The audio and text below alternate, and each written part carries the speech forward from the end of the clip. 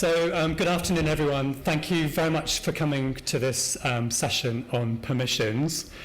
During the development of PlsClear, our permission service, I visited a large number of publishers from all of the sectors, ranging from the smallest to the largest, and almost all of them were dealing with permissions.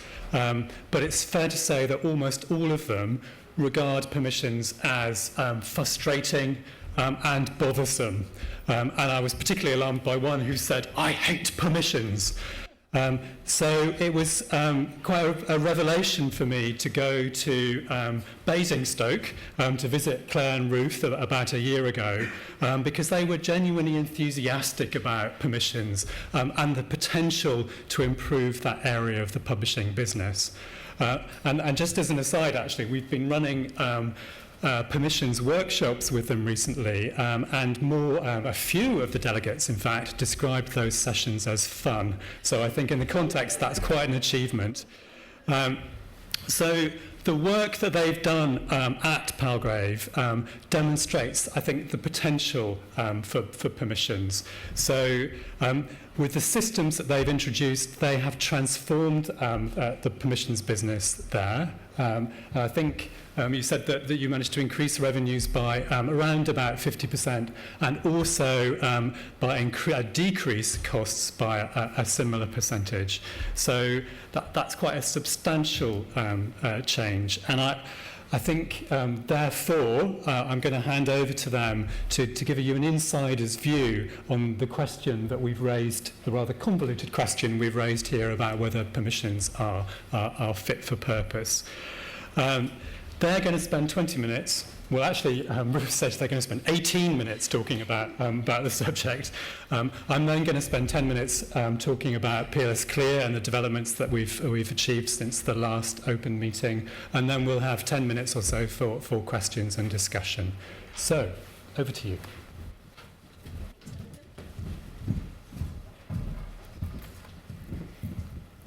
Hi, everyone. So, for copyright to work effectively, it needs licensing, a means by which rights holders can permit reuse of their work by others in accordance with appropriate terms and conditions. Publishers have been running successful permissions licensing operations for many years now, often working to the old adage, acquire widely, license narrowly. But are the policies, licenses and workflows which were invented for a print-dominated environment still appropriate? Have our permissions operations kept pace with user expectations? And are we missing important opportunities for dissemination and revenue growth? Recent government reviews have suggested that current licensing practices are potentially an obstacle to digital growth. Licensing, they say, Richard said in his report, needs to be simpler, less expensive and more accessible to a broad range of users. If users feel that the process of seeking permission to reuse published content is too onerous and the terms being offered don't work for their needs, then they really only have two options. One, they stop using the content. This is bad news for our revenue. It's bad news for brand awareness, all that brand awareness that's generated from the wide dissemination of content that licensing enables. And it's bad news for our authors, whose work won't reach such a wide audience. The second option for users, if the system doesn't work for them, is to use the content without our permission or in contravention of the terms and conditions we've imposed. We lose control over the reuse, which places the integrity of the work and the reputation of the author at risk, and we have to spend time and money on notice and takedown or other legal action in order to protect our assets. What's more, the pressure to amend copyright laws around the world increases, and with it the threat of broader copyright exceptions being introduced, which would have the potential to further impact the market for licensing. So let's just take a minute to look at the rationale for permissions. As I've just outlined, a good licensing framework is essential to support a strong copyright system. Then there's the revenue that permissions brings in. PLS estimates the value of permissions to UK publishers is £17 million per year. It's not insignificant. But it's not just about the money. Actually, we think that around 50% of permissions granted don't attract a fee at all.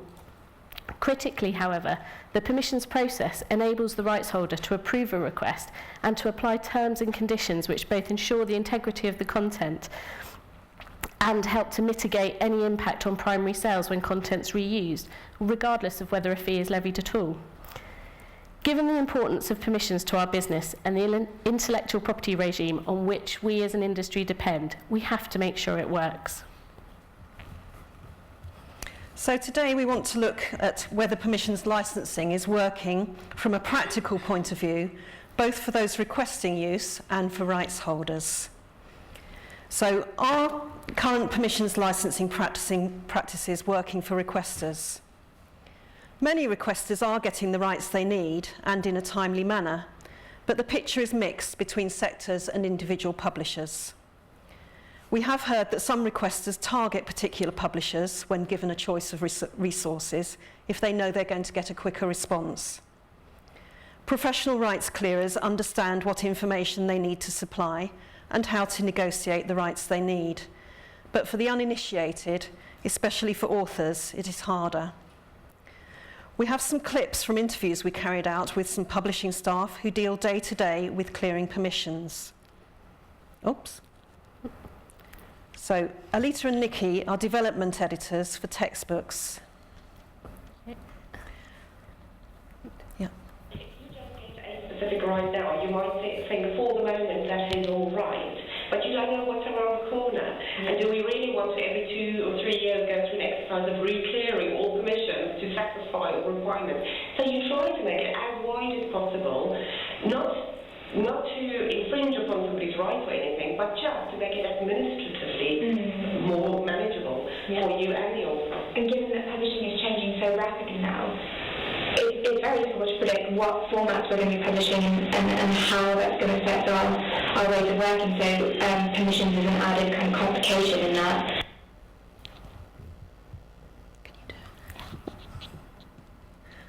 Thomas is an editorial assistant who works on academic products. I think communication between publishers is quite often a challenge. It tends to be quite a slow process.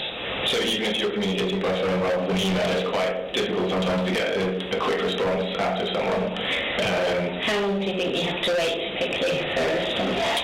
Usually at least a few days, but I'd say quite often longer than that as well. Okay. And there was one publisher I emailed recently who sent an automated email in response saying that it would be 10 weeks before we got an answer. So then we asked Alita and Nikki if they think permissions licensing is fit for purpose in the digital age. Sorry. Absolutely not. I think it's so inefficient at the moment. We're all spending so much time and money and we're going round. It's like a vicious circle between publishers. And the level of expertise required is becoming a bit absurd, I have to say, where you're expecting of an assistant or even an editor to sit there reading through fine print of different licenses, deciding if that's acceptable or not. That of course we're not legal people. Yeah. So our discussions with rights requesters has highlighted that rights holders are hard to track down, especially for online materials where the provenance is unclear. It can take a long time to get permission, with many publishers admitting 4 to 6 weeks is fairly standard. In book publishing, production schedules have been shaved, and for other types of use, they need a quick response, and many requesters just can't wait that long. There's a disconnect between what's asked for and what is granted, meaning that some terms can be unworkable, especially in projects with multiple licenses. Terminology is variable between rights holders, which means that the perceived level of expertise required to understand and interpret terms is too high for authors or inexperienced editorial assistants who are doing the clearance. So are current permissions licensing practices working for rights holders? To a certain extent they are. As I mentioned earlier, a significant amount of income is generated for publishers from permissions, and as with all rights sales, that income goes straight to the bottom line as profit. The income share from permissions is also a great benefit to authors, particularly in the academic world, where actual book royalties can be quite slim pickings.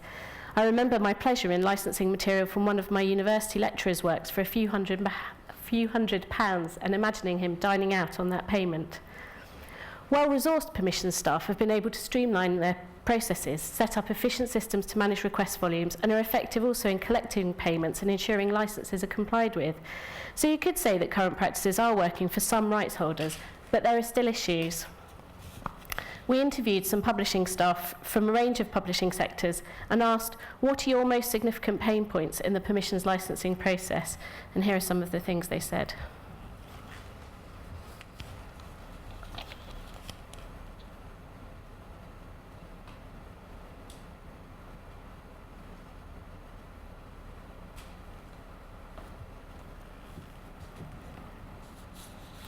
What came out of those interviews can be grouped into these 4 areas. To start with, communication with requesters.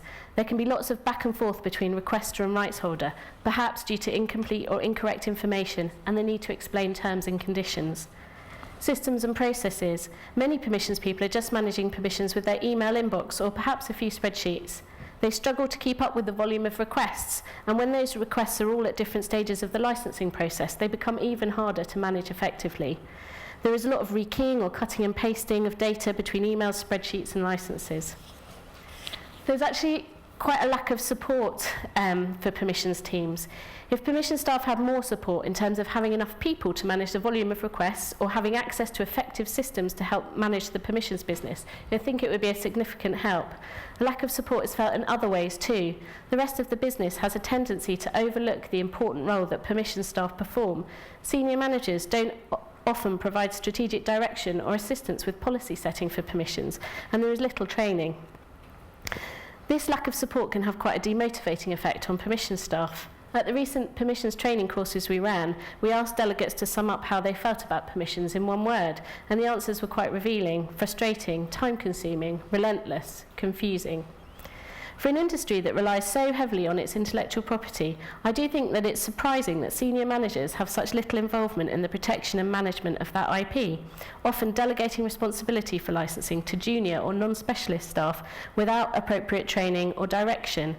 It's a credit to the people that perform in those roles that they actually do such a good job in spite of that lack of support.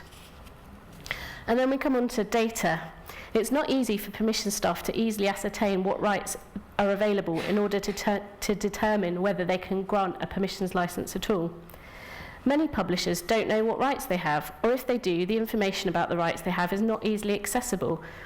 It's buried in scanned or hard copy agreements, not as electronic metadata. We've even heard of examples where permissions people have to get a bus to an archive to look up original paper contracts. And even if head contract rights records are in good order, there are many other types of rights agreements which may be in play on any given work. Licenses to cover content sourced from third parties, contributor agreements, commission photography and artwork, etc. And these may be a lot harder to locate. Newer works, and those still in commerce, are more likely to have reasonable rights records, but publishers have very long backlists and control rights and content they have long since stopped making available. Just take a minute to just reflect on that point. Publishers do not know what rights they have. Is that really an acceptable position for us to be in 2015? Quite apart from making it hard for publishers to digitise their own backlists, it also prevents them from being able to grant licenses to others. There could be significant untapped potential in licensing in terms of revenue from publishers' dormant backlists, if only we knew whether we had the rights to exploit it. And a lack of rights data can be problematic for other reasons too, such as stopping us from being able to carry out compliance actions. You might be familiar with this case. In 2008, Cambridge University Press, Oxford University Press and Sage filed a lawsuit against Georgia State University for pervasive, flagrant and ongoing unauthorised distribution of copyright materials through the library's e-reserve system. In the judgment, Judge Evans noted that copying did take place in all 75 of the alleged instances, but the publishers were unable to prove they owned valid rights in 64 cases.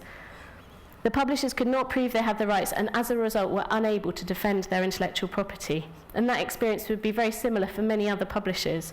Rights records are just not up to scratch. So there are enough areas where the system seems not to be working for us to warrant us as an industry taking a much closer look at working practices in permissions.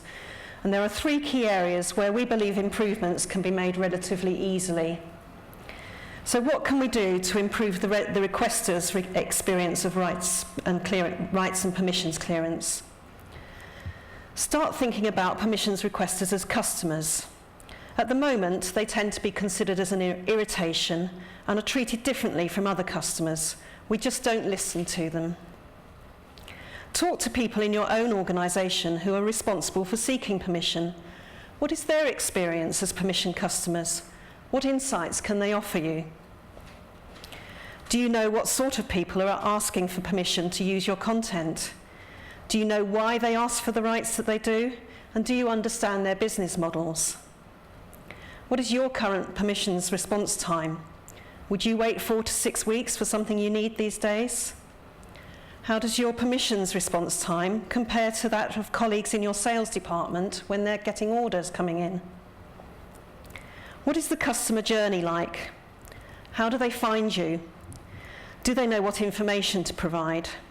Customers may give up if the process seems too complex. It should be easy for a customer, not something to dread like dealing with an insurance or a utility company. PlsClear can help here, but at the very least, it should be easy to work out who to contact, and you could provide a web form so that they can provide you with the information that you need. So how can we make the licenses more straightforward? Just a note to say that we're not advocating fixing licensing terms. That should always be for the individual publishers to determine for themselves. When were your license terms last reviewed? Are they compatible with digital usage? We think that some publishers' license terms have not kept up with current use of material. If permissions licensing is siloed or left to inexperienced or untrained staff, they may be relying on templates which have been in use for years and are too print-specific. Do you use terminology consistently within all your licenses? Do you offer an explanation of what key terms mean and what they expressly include or don't include? Do you offer terms and conditions that requesters could be reasonably expected to comply with? For example, do you permit marketing usage such as search inside? Do you impose print runs on e-books? Would your organisation be able to accept the terms and conditions in your permissions licenses? This would be a great test of reasonableness when reviewing and assessing your terms. Our interviews have shown that terminology is confusing and different publishers use different terms to mean different things. The industry needs to start thinking about making permissions licensing more straightforward. BISG are already working in the States towards defining terminology, and we think UK publishers should be feeding into this as well. What can we do to make the permissions process more efficient? Try to get the right information from the customers the first time. Again, PlsClear can help with this. Well-meaning colleagues from other departments often grant requests without thinking through the consequences. Support your rights department in becoming the experts. Recent PLS straightforward permissions workshops and anecdotal evidence suggest there are very few publishers who have access to good rights metadata, data about what rights they have in a given piece of content. Permissions granters need to know not just about head contract data, but open access, rights reversions, and embedded third-party content, especially photos, and user-generated content. Some may have better records for more recent material, but a lot of what's requested is older, and their records can be slim to non-existent. There are currently no industry-wide standards applied for recording rights metadata. Start recording your data. Work to set up efficient means of recording acquisition agreements covering all incoming content so that data can be quickly and easily retrieved to respond to requests. Review your processes. Introduce or expand standard responses and template documents, both in email and Word, which will speed up response times and allow batch processing. Set licensing and pricing policies which will reduce time spent on assessing and granting requests. Decide which requests actually need individual attention and if possible, communicate terms to customers by other means, such as website guidance where appropriate. For example, if you always grant author reuse free of charge. Review your systems. Besides PlsClear, there are commercial rights systems which may be of use to you. But even from Excel, you can perform mail merge templates to ensure consistent terms and avoid too much editing. Look at how your rights systems interact with other business systems. A lot of time can be spent on basic admin, such as keying invoice numbers into rights records. In our experience, publishers are issuing licenses, but not following up on compliance to those licenses, even as far as checking that payments are received. Why bother setting terms and conditions if you aren't making sure that they're being adhered to?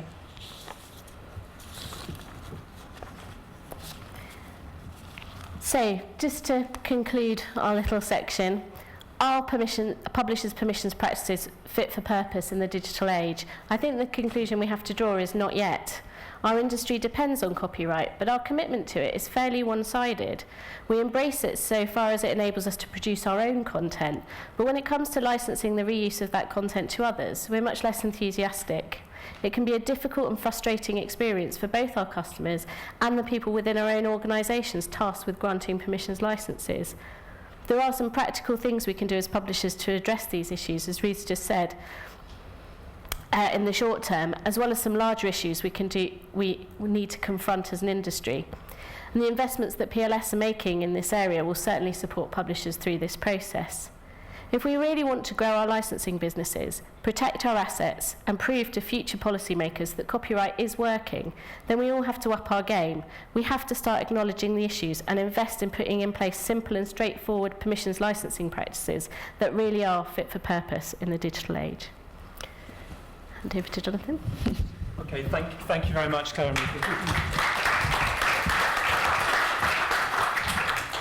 If we can save questions until afterwards. I'm now going to talk very briefly about where we've got to with developing PlsClear, which potentially is a solution to many of the issues that have been raised. I would guess that some of you are familiar with this. So this is the home page for PlsClear. It enables licensees to work through a very simple three-step process to request a license.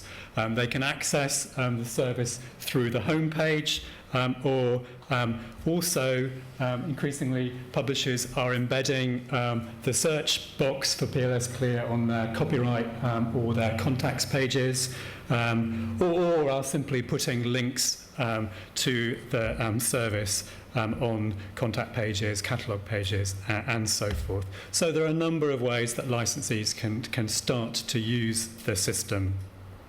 Once they've put in information about the title that they wish to reuse, that searches the rights holder database that we've developed.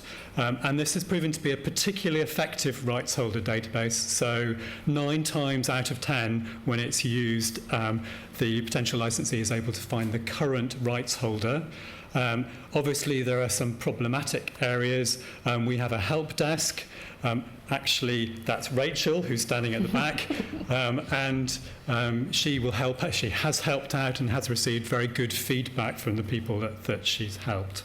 So one issue around requesting permission is identifying the current rights holder. This solves that problem. Once the title has been selected, the user goes through to what is essentially a very sophisticated permissions form, a whole range of questions, interactive. It works in an interactive fashion, which means that the questions that need to be answered are answered the first time round, and there's no need for that back and forward that draws out the process often currently. So once the licensee has done that, the outcome for PlsClear version 1 is a permissions request form which is sent to the current and correct contact within the publishing company. We've done a lot of work to develop our database of current contacts, so that's addressing another problem which often arises, which involves requests going around the houses before they get to the right person. So that in effect speeds up the process. So that's version 1 of PlsClear, which has been available now since October and is receiving very good use. Version 2 creates a second option for licensees who go through the request, and that is the automatic, immediate issuing of a license to reuse the content. For this to work, a publisher needs to have opted in. It only currently applies for free of charge requests, but the process of opting in is really easy. So there's a menu, that's the menu. It asks for the parameter, for the publisher to set a few parameters around the type of user, the number of words, the usage. So very simple. And the reason why we've developed this area first is because, as was suggested, for most publishers, this amounts to about half of all permissions. Half of all permissions are granted free of charge. And the amount of effort involved in processing them is often similar to that for paid-for licenses. So what this means, in effect, is as a publisher, once you've done this, you can cut the cost of managing your permissions by half. So I think that's quite a substantial saving and benefit. Version 2 is available from the 23rd of July. So just a few weeks away. This automation is the main feature, but another really useful feature that we're introducing, I think, is the project management functionality, which works for both licensees and for rights holders, and it enables them to keep a record of requests, the status of those requests, any correspondence with publishers, and for rights holders it enables them to do some reporting as well.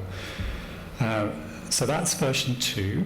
Version 3, which we're working on now and will be available in Q4 of this year, will create the additional capacity to automate the issuing of paid-for licenses using the same kind of menu approach that we've adopted for free of charge. Now, obviously, I think we've made good progress with developing a tool that will make it much easier for publishers to manage permissions.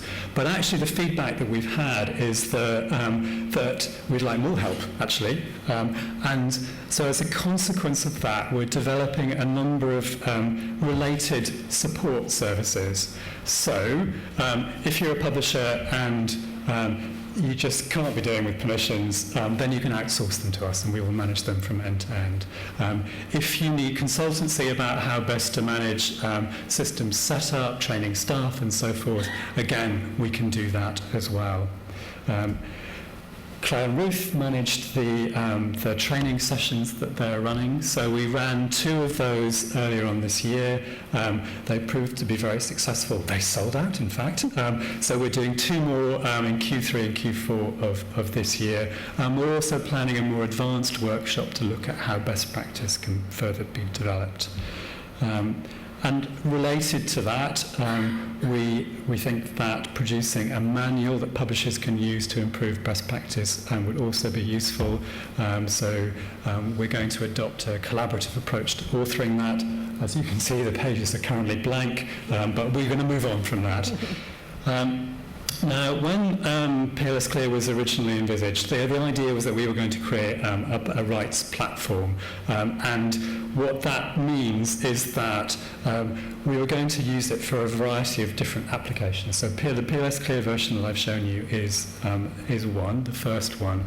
But Sarah also mentioned text and data mining. So that's a very specific problem for STM publishers and researchers, typically academic researchers, who need to text and data mine content. So this iteration of PlsClear includes a customised search facility, so researchers can enter DOIs, digital object identifiers, because that's how they work apparently. They also, when they go through the process, are presented with a bespoke questionnaire which we developed with publishers in the area so that the right questions get answered. So that's it. That's where we've got to with PlsClear development, and I think it potentially will make a real difference and solve many of the problems that we've been talking about. Perhaps if anyone has any questions for Ruth and Clare first, would you like to address them to them? Richard, is there a mic that we can provide?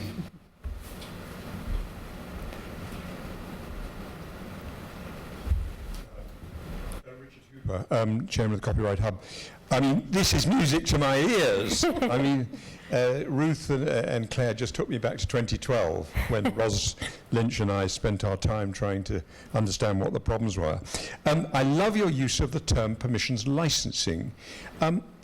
Ironically, I could never get the creative industries to agree terms like secondary licensing, primary licensing, and consumer licensing. So I have to tell you, permissions licensing is now what the Copyright Hub does, and that's been extremely helpful. My question is, I cannot understand why, given that it has generated 17 million smackers in the publishing sector in the UK, right? This is not other sectors.